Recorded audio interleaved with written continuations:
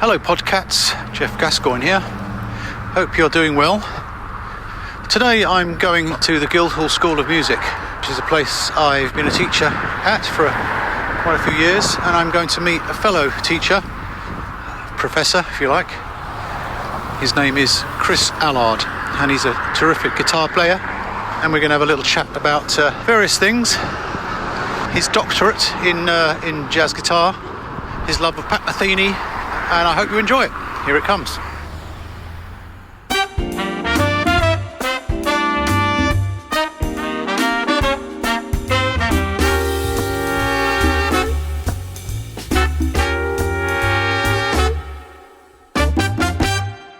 The Quartet Jazz Standards podcast is brought to you by the Quartet app for iOS, taking your jazz play along to another level.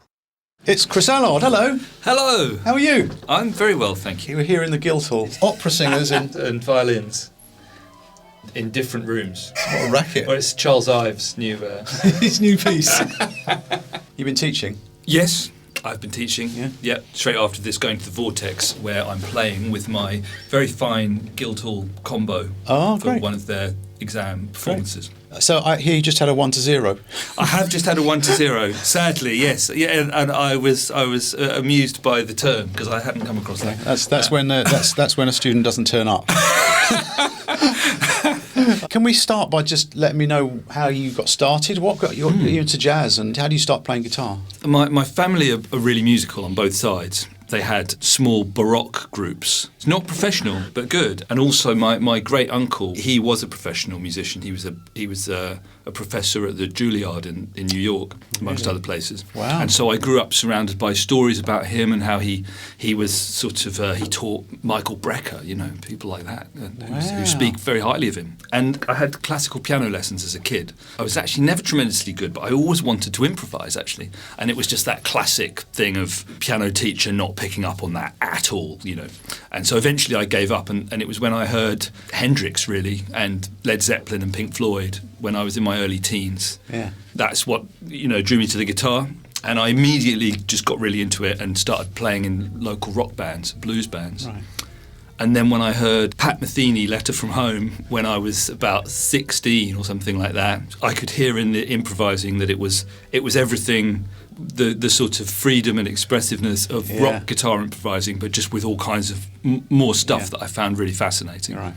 So you didn't start on classical guitar? It was actually when I finally went to Guildhall to study jazz, and in those days you had to study classical as well. So what standard would you have got to at your classical guitar?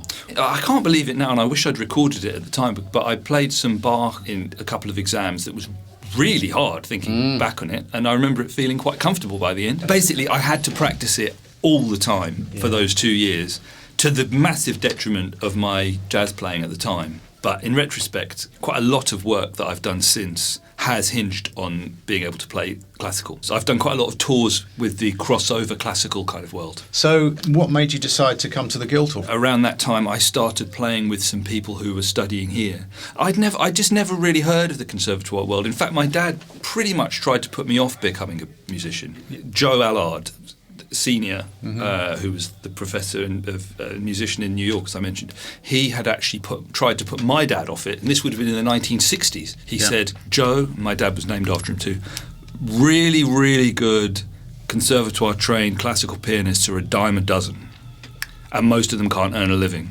My dad ended up becoming a literature professor and just playing on the side. Yeah. And so my dad tried to put me off in the same way, but I actually, I just rebelled against it and very, very committedly went down that road. The roots were too deep, weren't they? That's the thing. Yeah, exactly. Or by just stubbornness, perhaps. Yeah. So do you remember how you first started? Did you transcribe things? Prior to even going to the Guitar Institute and all of that, I used to, although I couldn't really read, I would transcribe things, just learn them by ear. I got into Django Reinhardt, transcribed some of that. I wrote it out in tab in those days, actually. Also things by Joe Satriani and Steve Vai, which obviously are really incredibly difficult, but I really spent hours and hours trying to get that together. Very technical stuff, that, isn't it? Very, very, very hard, all kinds of stuff, really. George Benson, Metheny, and I remember learning all kinds of lines that I was really drawn to this altered sort of language, altered scale from the melodic minor, and diminished language. And I didn't understand what they were doing at all, but I would work out the lines and then try and apply them. You say you weren't a great reader. Your reading must have improved, surely. Well, I've worked on that a lot. Because guitar players are notoriously bad readers, aren't they?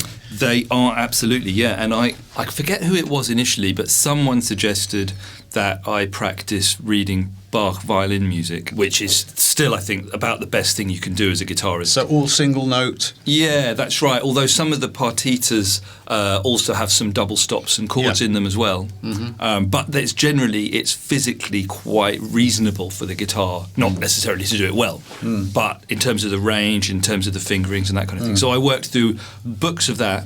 I'd done a couple of small kind of show-related type things and session things where I did have to read, but I was pretty bad at it. I then started practicing classical flute music and things like that, where it's really, really awkward and difficult, really high, and all of the moments when you might get totally roasted and look really bad and possibly not get hired again as a guitarist. Those moments in big band charts or whatever, where it's a really high bit, and that's the only bit that really anyone hears, you know. So I wanted just to improve my percentage chance of getting that right, you know.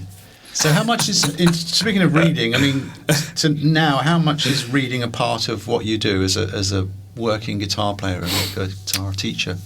A huge part, definitely. Yeah, so you're involved with notation quite a lot? All the time. All the time, yeah, all the time. At Guildhall, but also in almost every group that I play in. I used to do a lot more, and hopefully will again, more in the kind of studio realm. But I've done bits and pieces of that, and obviously that requires reading for the most part. Yeah. So I've really worked at it a lot, and the rhythms too. That I worked through the whole of the Louis Bellson odd meter rhythm text, whatever it's called, but that was invaluable.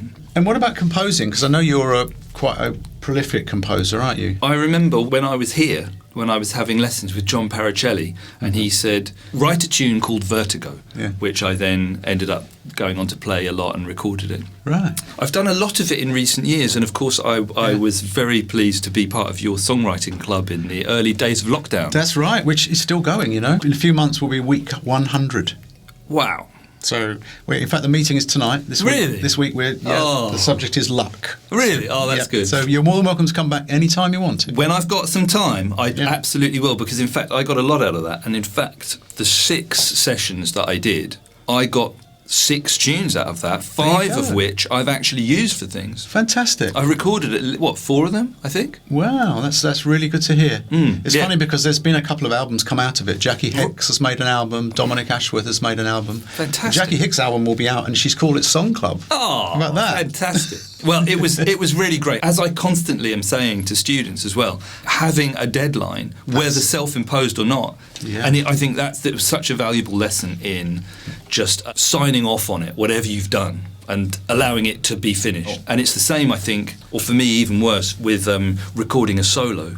Because now with technology, you could keep perfecting it indefinitely to the point where you've changed everything about it and then come back and never be satisfied with it. Yeah. So this just means you have to finish it. Yeah. And I always try when I'm recording solos these days, if I'm recording a take of a guitar solo or whatever it is, just to try and let it go, and not the absolute minimum of repairs and edits. Yeah. Because I can never feel good about it afterwards if I hear it back knowing that it's been fixed. Don't you find it's like it's a statement in time? Your solo is, this is where I am now? Absolutely. Then we'll move on. So let's just go through some of the things that you've done. I see from your CV you worked with Russell Watson. I did about 100 gigs with Russell Watson in 2015, and that was a big classical guitar technique and reading thing. Right. Because it was really difficult, a lot of it, and there was quite a lot of very exposed classical guitar and electric and bass and mandolin. I learned to play mandolin for that as well. And of course Jackie Dankworth, who we've both worked together with. Absolutely. Yeah, are you continuing to work with her? Are you still? Well, I saw Jackie a couple of weeks ago because I played at the Stables with the BBC big band, and Jackie and Charlie Wood, her husband, who's himself also a fantastic musician. They're around the corner, and I played on 3 of Jackie's albums, and there's the very occasional gig these days with guitar, but at the moment she's not really using guitar, but she's great.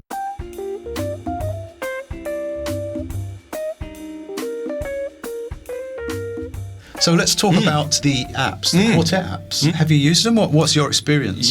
Yeah. Well, I was certainly struck by the fact that they're so much more musical to play along with than any of the other similar things that I'd ever come across. Like the player in iReal, of course. That's the one that's very popularly used, and it sounds very clunky, although it's functional.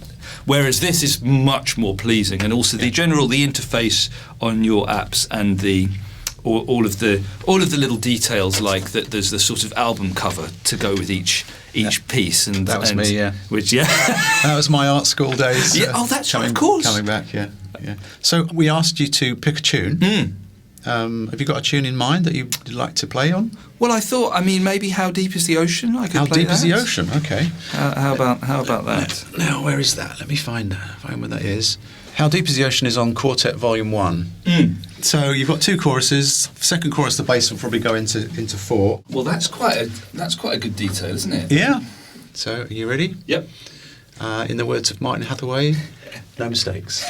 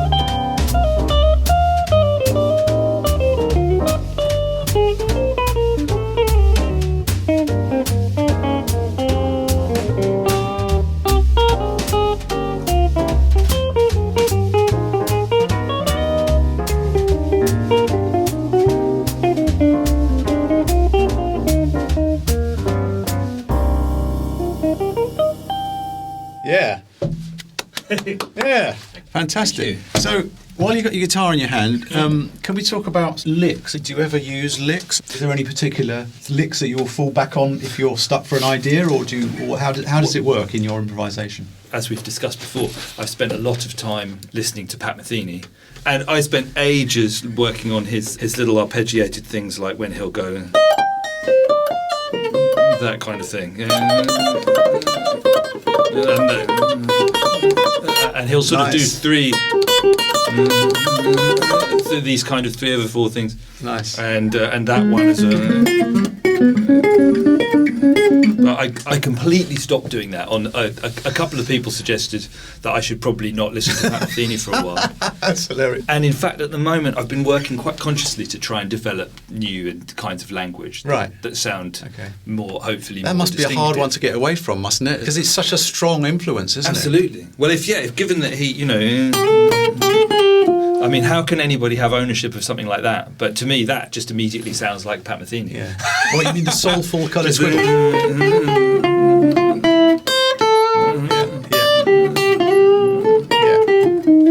all of those kinds of little there isn't really much language there at all, but it still sounds like Pat Metheny. Yeah. So how are you getting away from that then? That's the question. Well, I intentionally don't listen to Pat Metheny most of the time, even though I really want to. And in fact, there have been a couple of times when I've been driving late at night on the way back from a gig or something, and have been really, I don't know, not in the best frame of mind. It's like a drug that you can't have, isn't it? Exactly. Well, I will listen to.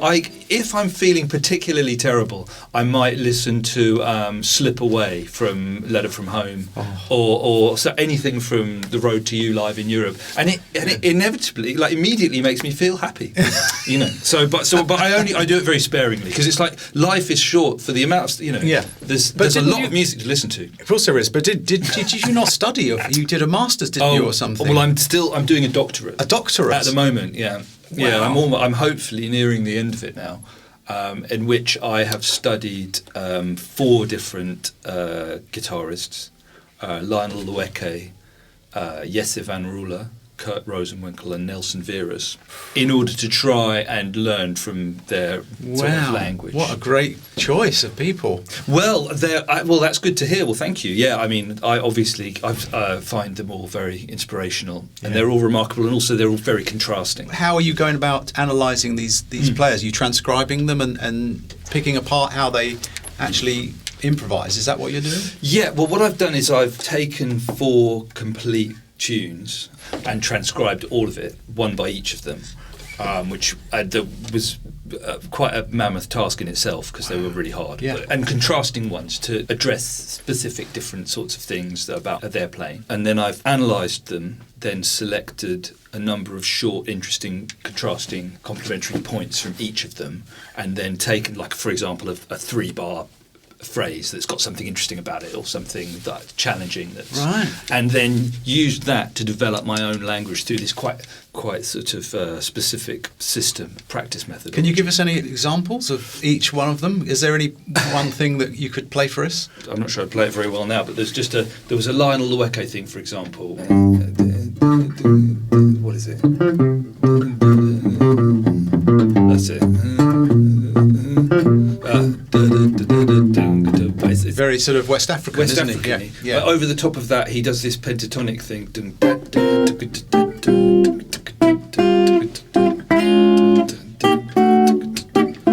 I've been doing this for 5 years now. You've transcribed the tunes. Have you transcribed what they do on solos? The whole thing. It was a real education in itself doing that. For example, the Nelson Veras one, which is called Promessa, from his trio album called Rouge sur Blanc. It's quite rhythmically free. He's incredible. I don't know what planet that guy comes from. Well, that's why I chose. I mean, we spoke about this before. We did, didn't we? yeah. He's incredible. Yeah, he's absolutely. He's an alien. Totally with fingers, with nails, from a classical perspective. But his arpeggios and groups of notes and stuff are just. Yeah. Well, I'll send you the transcription that I've done if you like. It's really because it's really. Well, that took ages because it's so rhythmically sophisticated, and also the way they're playing on that recording is quite free. But I mean, for someone he's playing with his nails, and so he's using 3 fingers. But you're playing with a pick, though, aren't you? A pick and fingers, or sometimes with fingers. Right, sometimes with fingers. Yeah. So that's a challenge. Yeah, just in that respect. Oh yeah, it? Definitely. Well, that was part of the reason I chose him as well, in order to be able to notate it, and also just to figure out what he was doing. I ended up putting it in Logic and using the metronome in Logic, lining it up just to try and figure out where I should put the one beat. You know, spending just hours and hours doing that. You know, which was really good for my own musicianship. You know, he's into odd modes, some like Messiaen mode and those kind of things, isn't he? Yeah. There's quite a lot of that one. The augmented scale. These kinds. That's lovely. Yeah. So speaking of guitars, let's just short. I mean, this is quite geeky and just for my own personal interest, but you're left-handed. Yes. And you play a lovely, beautiful Gibson 335. Yeah. In flame red. Yes, okay. Indeed. Other guitars? Do you have other? This is your go-to guitar, is it? This is kind of my go-to electric guitar. I do have a Strat as well, which I've never really felt that comfortable with Fenders actually, but I use it when required. And I've got a couple of other Gibsons as well. I've got a Les Paul Junior and an SG, and I've got an Epiphone like archtop. You never wanted to go over to an archtop sort of full jazz box? I did with the Epiphone archtop. I used that for some time, but the thing is, you see, I like bending strings, you know, and you just can't do that on you really can't, you know. Yeah. So you're using sort of medium gauge using strings, 11s. Yeah. 11s, which are heavy enough really This to is all bend terribly strings. interesting. Yeah.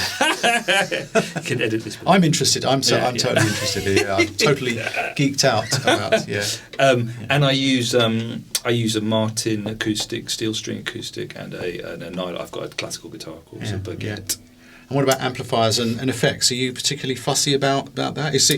Today you're using which is one of the college's small cubes, and just straight in, right? So it's not, and they're that's nice. it. Actually. A little bit of reverb, and that's white DV Mark. Yeah, it's nice. Yeah. I use generally for electric. I use a Fender Hot Rod Deluxe amp.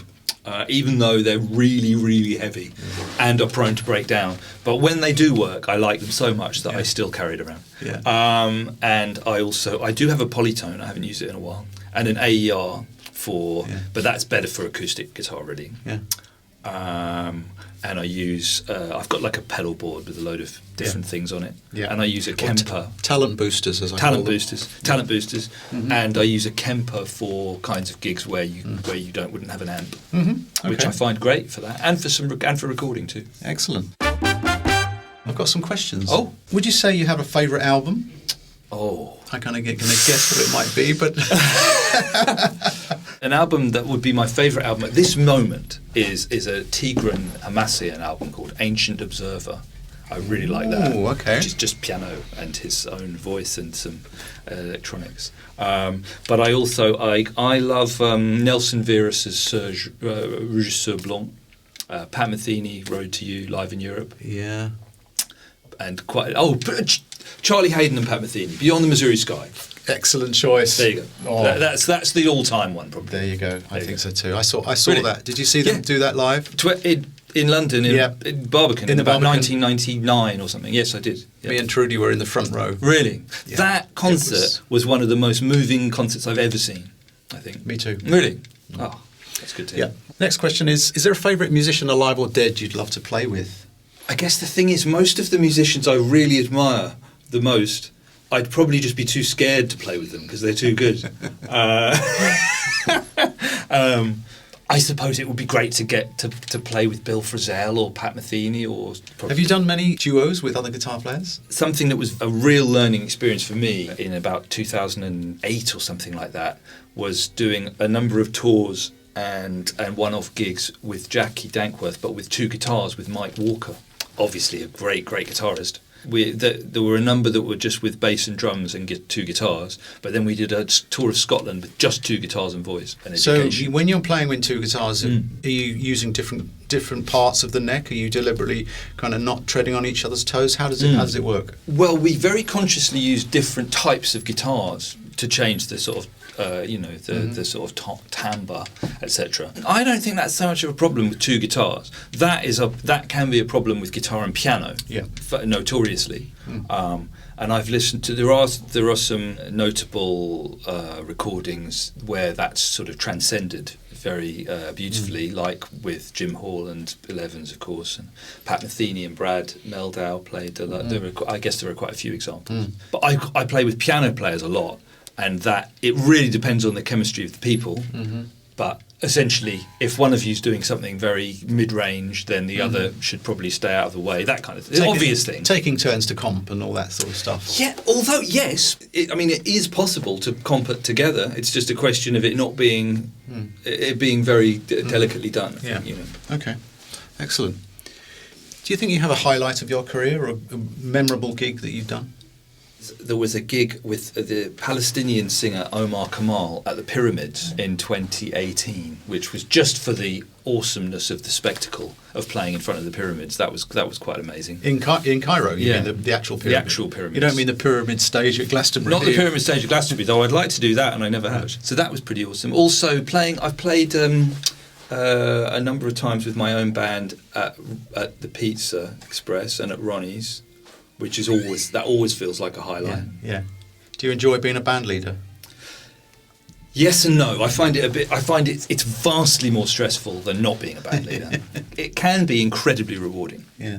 So, what was the last concert you went to? Well, I went to see one last night, actually, just round the corner, but it's just my local gig, you know. Stefan Redtenbacher's No, it was the Joni Mitchell thing with great. Jana Varga, Pete Billington, and I forget the name of the drummer, but it was very nice. Okay. Drum. The last sort of gig that I went out of my way to go and see was Tigran Hamasyan, actually, at Cadogan Hall a few months ago, playing solo piano, which was incredible. What would you say was your musical weakness? Well, I've spent my whole adult life trying to address quite a number of musical weaknesses, which I guess is the way to improve, isn't it? You know, probably memory. I struggle to memorize things. Some things I can memorize and they just sort of stay, but like that's an issue. Is that because you're so used to reading music and it's always in front of you and you don't have to memorize it? I guess there are some things that I've learned that there never has been music for. I've never looked at it and I know. But then I guess it depends if the music's really complicated and there are loads of slash chords and changing time signatures and things like that. It's more information, isn't it? You know, learning Little Wing is easier than, you know. Do you ever get nervous on stage? Yes. Half the time it can be quite stressful and half the time it's just fine. And there doesn't seem to be any kind of correlation in terms of external sort of stuff going on as to why that is, as far as I can tell. You know. Okay. What do you think is causing that? Lack of preparation or too many people in the audience or anything particular? I honestly think that, and I've had this conversation with many people actually, I don't know what the correlation is. Obviously, if you are unprepared or something's really, really difficult about it, then it's going to be stressful anyway. But there are times when, you know, the situation is quite exposed and quite intense, and there have been gigs where it's being televised or there's something that's solo guitar for ages. I did a number of tours with a great singer, Leia Salonga, and there's always a solo acoustic guitar or classical guitar thing and voice with. And there was it's always somehow really, really stressful and intense, you know. Yeah. And doing that at the Albert Hall was quite sort of intense. You That's know. always an occasion, isn't it? Yeah. A couple of silly questions. What's your favourite sandwich? Oh, sandwich. Well, I quite like a hummus and falafel wrap. It's not really a sandwich, is it? Probably sandwich, tuna melt, maybe. Tuna melt. Very good. I think you were eating some hummus as we came in. I was eating hummus. Yeah. What about a favourite movie? Many years ago, I would have probably said Star Wars. I watched a movie the other day that was very interesting, actually, called Mirror Mask. British-made movie, and I believe Ian Bellamy did the soundtrack, if I remember rightly, which is fantastic, actually. I also read on your CV that you've actually made some music for movies. Oh yeah, relatively small capacity, but I'd love to do more of it. But I played quite a bit of tango music over the last number of years. Not so much lately, but in a couple of groups. I then got asked, because I was involved in tango stuff, to write some music for this sort of tango scene in this film called Crowhurst. Great. Is there a favourite venue you like to play in? One that's not quite so well known and that I'm very fond of is in fact in Colchester, near where I live, Colchester Arts Centre, because I'm very fond of the place. And it's very close to where you live, of course. And it's very close to where I live. But it also has a really great sound, and it has a really good piano. Excellent. What about a favourite country or a city that you like to visit? Well, I love going to Spain. I love going to South America. I've been to South America quite a bit. But cities, I like San Francisco, actually. And finally, what's your favourite chord? I'm sure you're going to play it for us. Maybe this one. What about that? Whoa! It's quite a good one.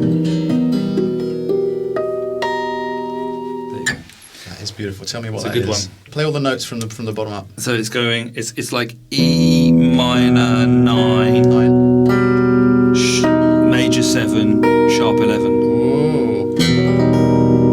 I only said that because there was a thing a while ago in lockdown, a Guildhall guitar hang thing, regular guitar hang, just to keep everyone from going insane. And there was a thing called the COD, or chord of the day, or cow, chord of the week. Yeah. And so everyone would try and come up with the most awkward chords they could think of to try and That's very similar but with a different voicing. That's quite a good Metheny one, which you could call that like. Well, there's again. Play all those notes from the bottom up. So it's like D flat, major 7, sharp 9, sharp 11.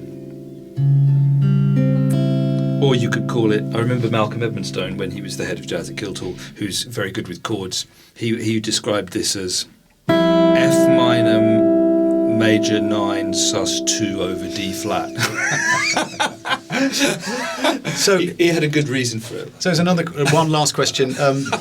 Would you prefer C9 sus or B flat over C? Oh, well, that's a good question. I think I prefer C13 sus 4. Yeah, I reckon. okay. For that, Yeah. that's one of those chords that That's easy to play on the guitar. Yeah, it's isn't easy it? to play on the guitar. Yeah. Or you can play it like that, which isn't so easy. Yeah. That's one of those chords with about 400 names. Yeah. Yeah. It's interesting. You speak to piano players, don't you? About do they prefer the slash version or do they do the Piano players tend to be more slashy, don't they? I think it's easier to see it all on the piano. No, I don't mind. I don't mind slash chords. It's, depending. Yeah. But I think if it's easy to write it out without a slash chord, I'd rather it were just more straightforward.